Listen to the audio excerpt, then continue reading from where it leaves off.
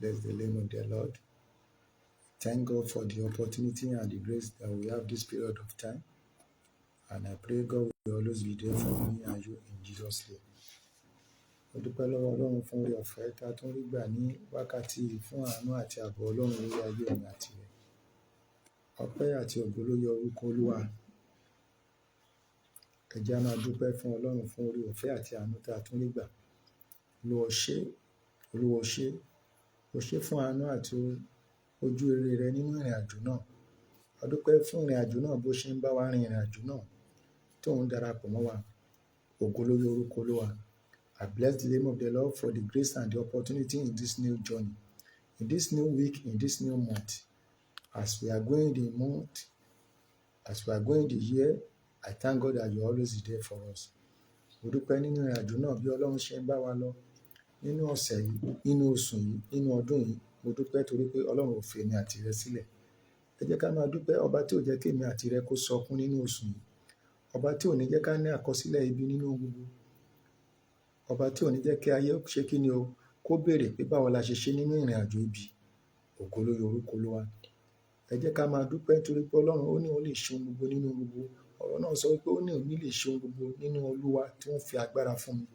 Olúwa mo dúpẹ́ torí pé òun fi agbára fún wa nínú ìrìn àjò náà. Lórí ohunkóhun tí orí kankan wá ń là kọjá, mo dúpẹ́ torí pé o ò fi wá sílẹ̀. Olúwa o ṣé, Olúwa o ṣé, Olúwa o ṣé, Olúwa o ṣé. Fún ìrìn àjò náà bá tún ṣe ń lọ, Olúwa máa bá wa lọ. Ẹ̀mí máa bá wa lọ. Ọlọ́run tó pọ̀ ní ipá àti agbára nínú ìrìn àjò náà, a dúpẹ́ torí pé ẹ ní jẹ́ kí ọfà ayé ó bà wá. Olúwa gbọ́ ọpẹ́ wa. A dúpẹ́ torí pé nínú ìrìn àjò náà, ọba tó rìn nínú ìrìn àjò, ọba tó rìn lórí omi, ọba tó lànà níbi tí kò sọ́nà. A dúpẹ́ torí pé lórí ohun tí orí kankan wá ń là kọjá, lórí ọkọ ni, lórí aya ni, lórí ọmọ ni, lórí ìrìn àjò, lórí ohun tá ń là kọjá lórúkọ Jésù. A dúpẹ́ torí pé Ọlọ́run ó máa rìn kọjá nínú ìrìn àjò náà. Olúwa gbọ́ ọpẹ́ wa. Ìjẹ́ a tó ń fi ọpẹ́ fún yín nínú ìrìn àjò náà tó ń lọ nínú ọ̀rọ̀ rẹ. Ọlọ́run Ísírẹ́lì ó yá máa bá wa lọ. Ọ̀rọ̀ rẹ má ṣe jẹ́ kó dojú tì wá o. Ọ̀rọ̀ rẹ tá a máa gbọ́ náà nínú ìrìn àjò náà lórúkọ Jésù. Ọlọ́run Ísírẹ́lì ó yá darapọ̀ mọ́ wa. Ẹ jẹ́ kí ọ̀rọ̀ náà kó tú ayé wa ṣe. Ẹ jẹ́ kí ọ̀rọ̀ náà kó bá ayé wa pàdé. Ní ìkóríta tí orí kankan wá ti ní ìdìrànlọ́wọ́, mo gbàdúrà ọ̀rọ̀ náà kó bá wa pàdé, kó tú wa ṣe. Agbára ọ̀rọ̀ náà kó wọnú ìṣẹ̀dá wa lọ. As we are going to this world, let the word of God go before us. Let the word renew in our hearts and touch every problem in our life. And I pray the word we are going to hear this period of time is going to change our story. And I pray any evil story in our life, the new story of God will make a way for us and change our story for good in the mighty name of Jesus. The word of God that I'm going to share with you this period of time is what we are going to see in the book of Psalm. Ọ̀rọ̀ Ọlọ́run tí mo dẹ̀ fẹ́ bá wa sọ ní àkókò yìí náà la máa rí nínú ìwé Psalm. Ìwé ọ̀rọ̀ Ọlọ́run méjì ni mo fẹ́ ká sáré fi ṣe ìrìn àjò yẹn. A máa lo Psalm 90:12, verse 12. Psalm 90, verse 12. Then a máa wá tún lo Ephesians 5, in order to talk to us this period of time. And the topic I'm going to share with you before we go into the prayer is number your days. Number your days. Number your days. Ka oye ọjọ́ rẹ. Number your days. Ka oye ọjọ́ rẹ. Tá a bá wo ohun tí ọ̀rọ̀ Ọlọ́run sọ fún wa níbẹ̀ pé ká ka iye ọjọ́ wa. Ìjẹ́ àwa náà ń ka iye ọjọ́ wa. Are you number your days? In this journey you embark to, are you number your days? Let's see what the word of God is telling us there. Let's go to the book of Psalm 90:12. Teach us how to short our life is so that we may become wise. Teach us to use wisely all the time we have. I use that two Bible verse to tell us different. We use GNB, then I use CEV. She teach us to use wisely all the time we have. Ṣé ìwọ náà, are you using the time you have wisely before the Lord? The time you have, are you using it wisely before the Lord? Are you number your days? In any situation, in any your journey, are you normally number your days? In this journey, in this race, in this thing of this world you are gathering together, are you number your days? Many people, they are going by the things of this world. They are building house, buying motor, building, do a lot of things. They are rich more. They are building, even some of the men of God, they are building church more and more. They have 50 capacity, 100 capacity. They have many members on social media, on Facebook, WhatsApp, YouTube, so and so on. But I want you to know that is this thing you are using to analyze your journey in this race. I want you to know the Bible says we should number our days. You look at that verse, that Bible verse, Psalm 90:12. So teach us to number our day, that we may apply our heart unto wisdom. That's another Bible, another Bible. I'm using that to read for us. So teach us to number our days, that we may apply our heart unto wisdom. Are you applying your heart to wisdom? Are you is it your wisdom? Are you applying it to the wisdom of God or to the things of this world? I want you to know there's time for everything. Time is coming that you will not be no more there. You may be in one position today. You may be as a president of this country today. You may be as a senator, senate, whoever you be. I want you to know that it's time for everything. Are you number your days? Do you know that there is time is coming that you will not be there no more? Do you observe that? Is this thing of this world, are they not be deceiving you to be number your days? You can see many people, they are even building house, building church, as if that they are not going to die anymore. I'm using this message to tell you, number your days. Time is coming that you will not be there. Are you number your days? Gẹ́gẹ́ bí ọ̀rọ̀ Ọlọ́run tó sọ fún wa níbẹ̀ yẹn, ó ní bẹ́ẹ̀ ni kí ìwọ kí ó kọ́ wa láti máa ka iye ọjọ́ wa, kí àwa kí ó lè máa fi ọkàn wa sí ipa ọgbọ́n. Nínú ìrìn àjò tó ń rìn yìí, ṣé òun fi ọkàn rẹ sí ipa ọgbọ́n? Ǹjẹ́ o mọ̀ wípé nínú ìrìn àjò yìí, Ọlọ́run ń ka ọjọ́ náà fún ọ? Agbára okun tó o ní lánàá, òun kọ́ ló máa ní lọ́la o. O lè wà gẹ́gẹ́ bí olórí orílẹ̀-èdè lénìí, o lè wà bí sínétọ̀ àti bẹ́ẹ̀ bẹ́ẹ̀ lọ, bí gómìnà, bí alága àti bẹ́ẹ̀ bẹ́ẹ̀ lọ, kánsẹ́lọ̀ and so on, chairman and so on. Ṣùgbọ́n mo fẹ́ kó o mọ̀ wípé ṣé òun ka iye ọjọ́ rẹ kó lè máa fi ọkàn rẹ sí ipa ọgbọ́n? Àwọn owó, àwọn ilé, àwọn mọ́tò, àwọn nǹkan ayé tá à ń kójọ wọ̀nyí, ṣé ó jẹ́ kó o lè máa ka iye ọjọ́ rẹ sí ipa ọgbọ́n? Ṣé ó jẹ́ kó o mọ̀ wípé àkókò ti ń tó fún ọ láti ṣe kíni o, fún òpin ìrìn àjò rẹ? Mo fẹ́ ká mọ̀ wípé ìrìn àjò yìí, ó ní àkókò tí èmi àti rẹ̀ lè rìn. Ó ní ọmọ ènìyàn ó dàbí ìtànná ewéko. Ó ní òwúrọ̀ ó sì máa tàn, ṣùgbọ́n ní àṣálẹ́ ó sì rọ. Mo fẹ́ ká mọ̀ wípé nínú gbogbo tá a bá ń ṣe, àkókò wà fún o. Mo fẹ́ kó o mọ̀ wípé àkókò ń bọ̀ tí olùgbàlà máa dé, tó máa pè ọ́, tó máa pè mí. Ṣé òun fi ọkàn rẹ sí ipa ọgbọ́n yìí? Are you number the days of your life in Christ? Ṣé òun ka ọkàn rẹ sí ipa ọgbọ́n?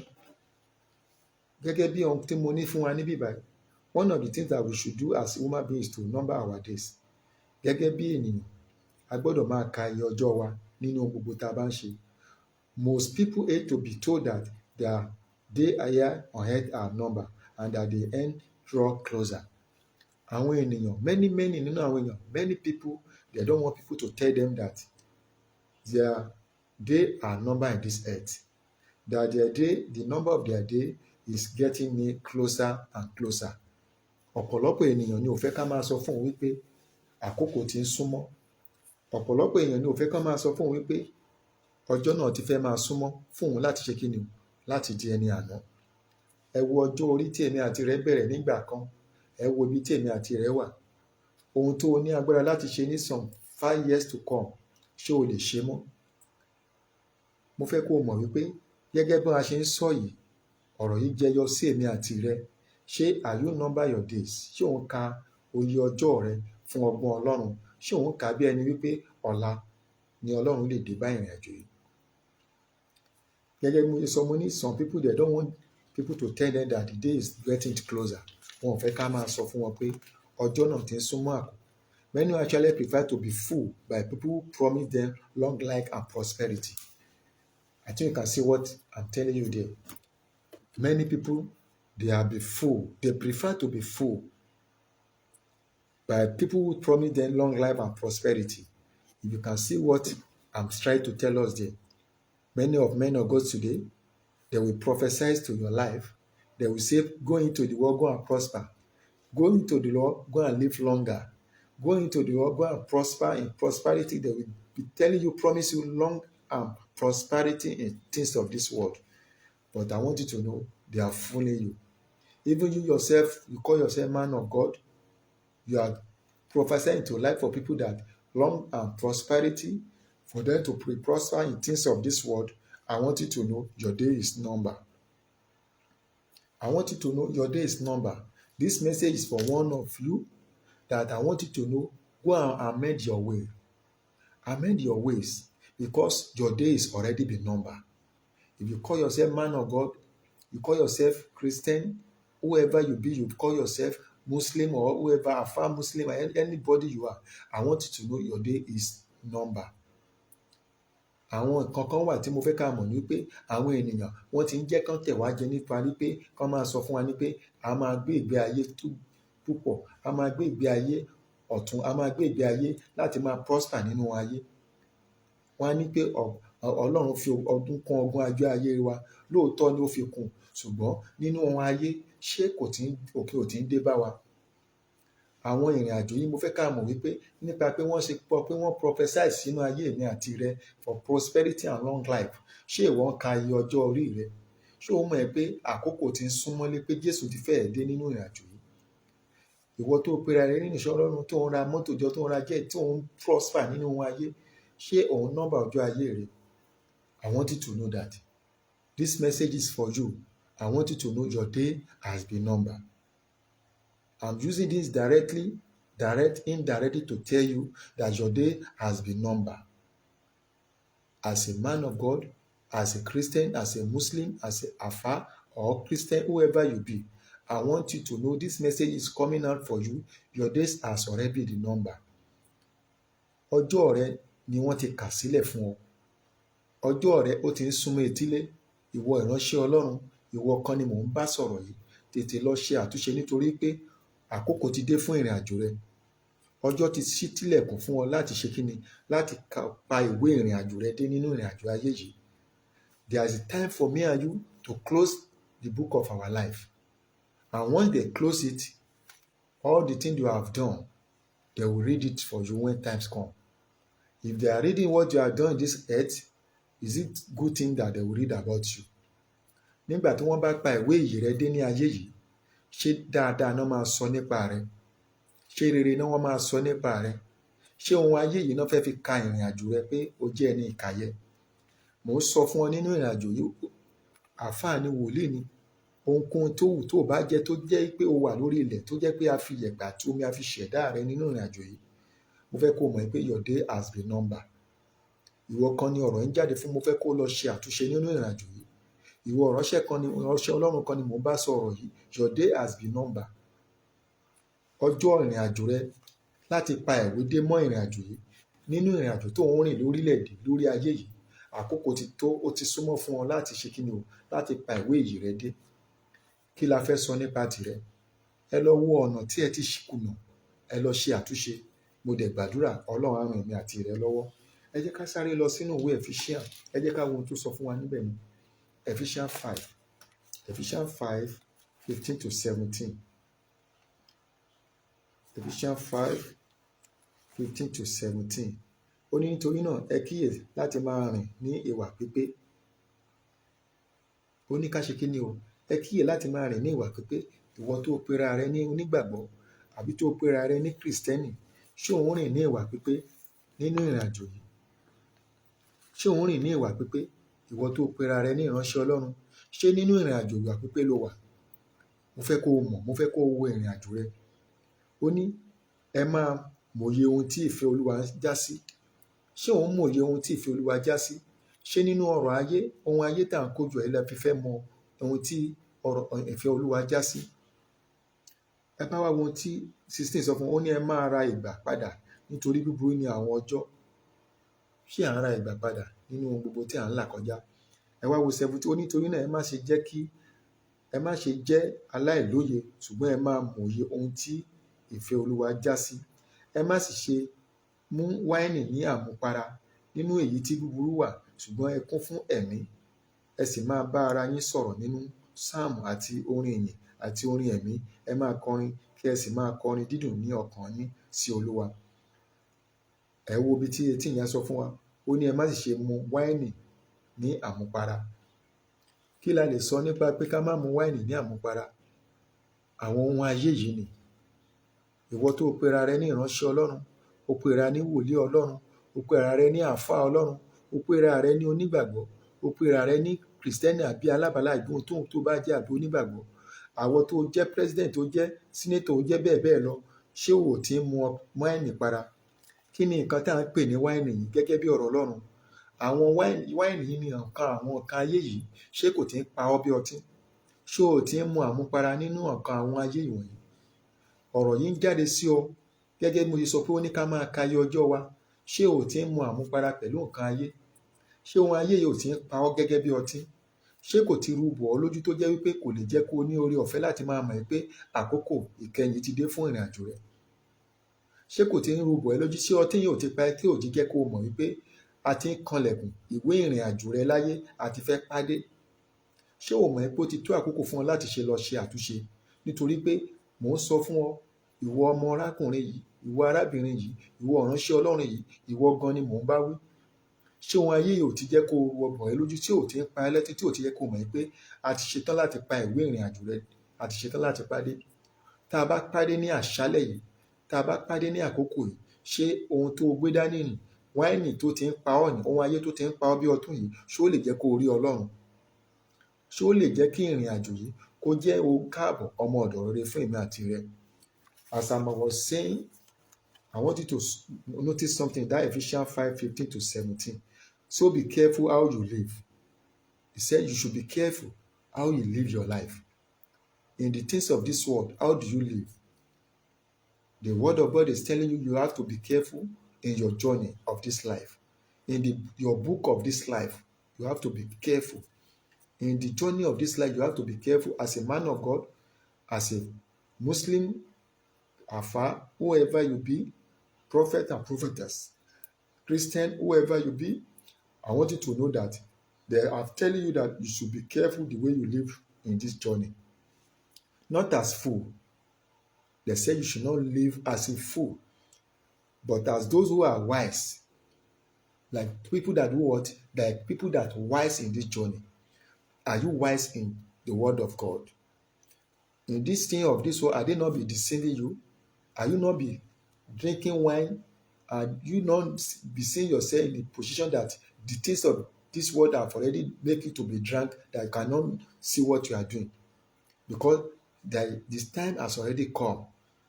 Because he said you should number your day, for eternity wait for you. Yes, even you.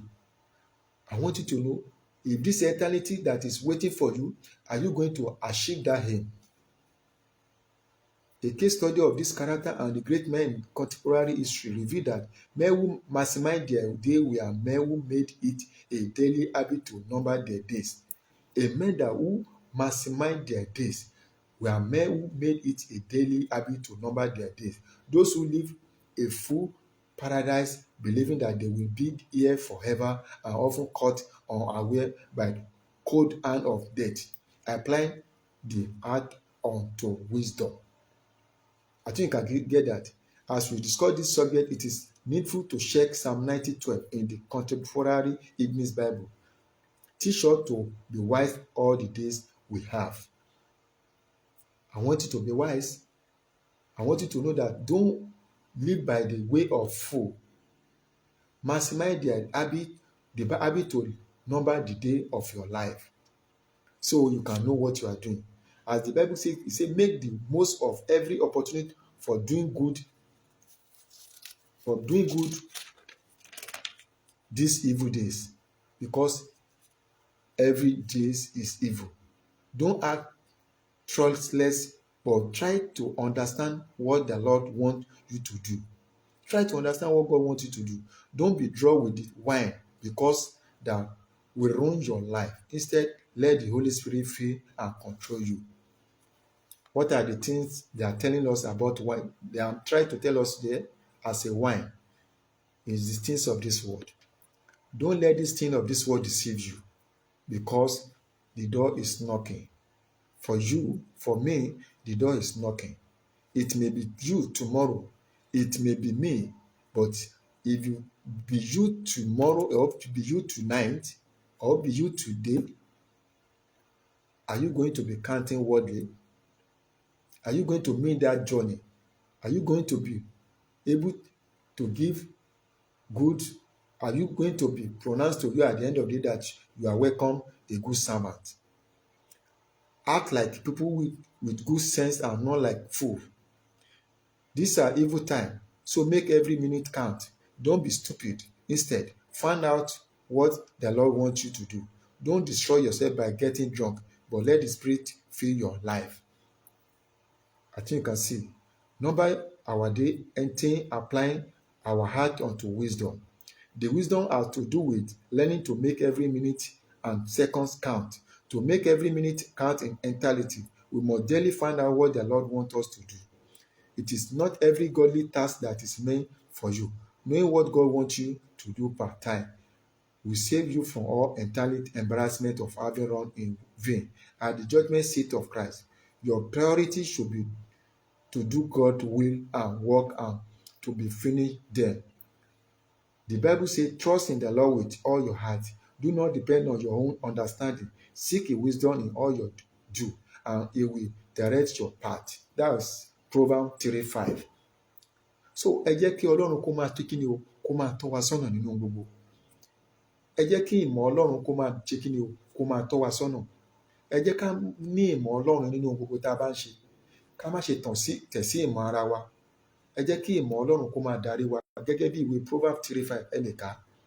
So please, I want you to be counting your days. This is the message I have for you this morning. Count your day. Ẹ jẹ́ ká máa ka iye ọjọ́ wa kó lè máa fi ọkàn wa sí ipa ọgbọ́n. Torí pé ìpè náà lè dún ní àṣálẹ̀ yìí, ó lè dín ní àárọ̀ ọ̀la, ó lè dé ní anytime fún èmi àti rẹ. Àdúrà tí mo dẹ̀ ń gbà ni pé Ọlọ́run á ká iṣẹ́ mi oore mọ́ èmi àti rẹ lọ́wọ́ o. Nínú ohun tí èmi àti rẹ bá ń là kọjá, ohun mi ò mọ̀ rí kò ní kọ sí wa nítorí ohun tá à ń là kọjá. Ẹ má ti jẹ́ kí a máa ka iye ọjọ́ wa sínú ohun ayé. Ẹ jẹ́ ká máa kà sí ipa ọgbọ́n Ọlọ́run. Don't let us to be counting the days, the number of our day into the things of this world. Let's be counting it to the things of the heaven, for the things of the eternity to come for us. And I pray God will be with me and me in the mighty name of Jesus. Ẹ jẹ́ ká gba àdúrà yìí, ó ní fi àánú rẹ tẹ́ wa lọ́rùn ní kùtùkùtù, kí àwa kí ó lè máa yọ̀ àti kí inú wa kí ó lè máa dùn ní ọjọ́ ayé wa gbogbo. Ẹ sọ fún Ọlọ́run, Ọlọ́run mo gbàdúrà pẹ̀lú agbára tó ń bẹ nínú ẹ̀jẹ̀ Jésù. Olúwa fi àánú rẹ tẹ́ mi lọ́rùn ní kùtùkùtù òwúrọ̀ yìí. Nínú gbogbo tí mò ń là kọjá, Olúwa fi àánú rẹ tẹ́ mi lọ́rùn. Fi ọwọ́ agbára rẹ fi àánú tẹ́ mi lọ́rùn lórí ohun tí mò ń là kọjá ni. Ohunkóhun tó bá ń là kọjá, lórí ọkọ ni, lórí aya ni, lórí ìrìn àjò rẹ, Olúwa fi àánú rẹ ó yá fi tẹ́ wa lọ́rùn nínú gbogbo. That's Psalm 90 verse 14. You can use that for your prayer. Olúwa fi àánú rẹ tẹ́ wa lọ́rùn. Ó tún lọ 15. Mú inú wa dùn bí iye ọjọ́ tí ìwọ ti pọ́n wa lójú àti iye ọdún tí àwa ti ń rí búburú. I think you can see that. Mú inú wa dùn. Olúwa mú inú wa dùn. Gbogbo àwọn etí tó ń gbọ́ ọ̀rọ̀ mi ní àkókò yìí, Olúwa mú inú wọn dùn nínú ohun gbogbo.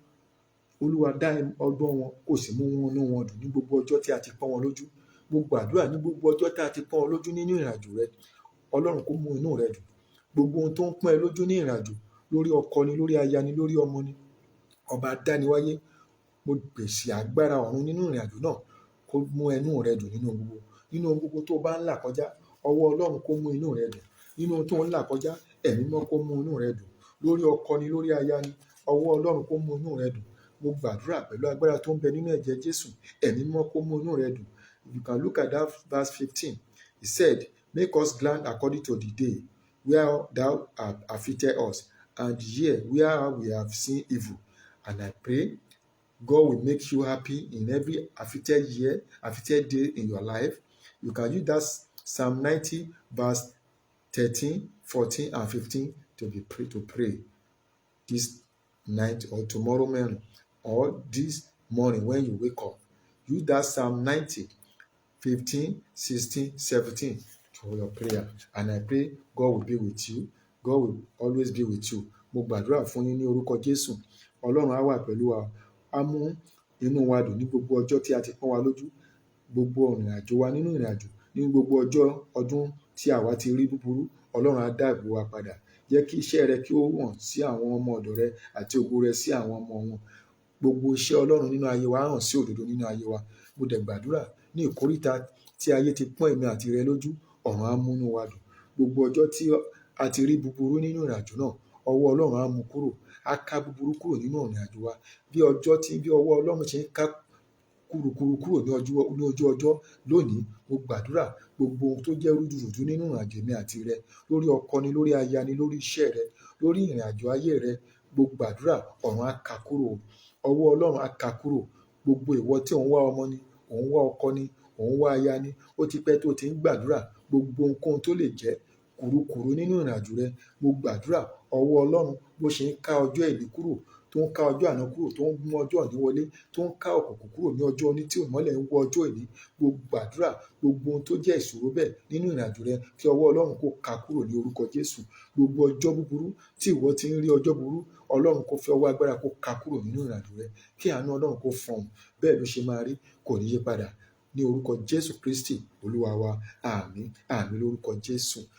Please, my brother and sister, let's be counting the day of our life. Let's be counting that day. Let's be counting it because the time has come. I want you to know the time has come. The time has come. Ẹ jẹ́ ká máa ka iye ọjọ́ wa, ká lè máa fi ọkàn wa sí ipò ọgbọ́n. Mo dẹ̀ gbàdúrà pẹ̀lú agbára tó ń bẹ nínú ẹ̀jẹ̀ Jésù, ọ̀run á darapọ̀ mọ́ wa. Orúkọ tèmi náà ò yí padà.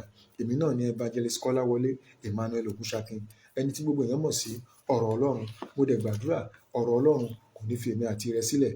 Ọ̀rọ̀ Ọlọ́run ìmọ́lẹ̀ ni, agbára ni. Òun náà sì ni agbára nínú gbogbo. Mo dẹ̀ gbàdúrà àpáta ni, kò ní fi èmi àti rẹ sílẹ̀ o. Ọ̀rọ̀ Ọlọ́run ìwàláàyè ni, kò ní fi èmi àti rẹ sílẹ̀. Ẹ jẹ́ ká máa ṣe kí ni o. Let us remember the days of our life so that we apply heart unto wisdom. Teach us how to short our life in so that we may become wise. Teach us to be used wisely all the time we have. Ẹ jẹ́ ká máa lo ìgbà yìí. Let's use all our day wisely in Christ. And I pray God will always be with you. My phone number remain the same, 00350700370. Phone number mi náà ò yí padà. Òun náà mo ti pè yẹn 00350700370. Ẹ jẹ́ ká máa ka iye ọjọ́ wa kó lè máa fi ọkàn wa sí ipò ọgbọ́n, nítorí pé lẹ̀kùn náà ó lè tì, ó lè jẹ́ èmi, ó lè jẹ́ ìwọ.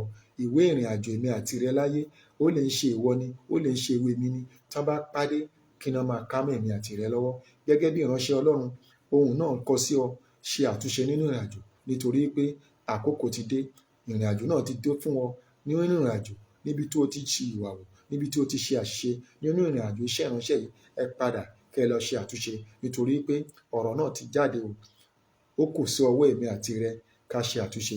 Mo dẹ̀ gbàdúrà ní ọjọ́ ìkẹyìn, ọ̀rọ̀ náà kò ní dìde láti ṣe kíni o, láti dá wa lẹ́bi, láti dìde ní ìjà fún wa ní ọjọ́ ìkẹyìn.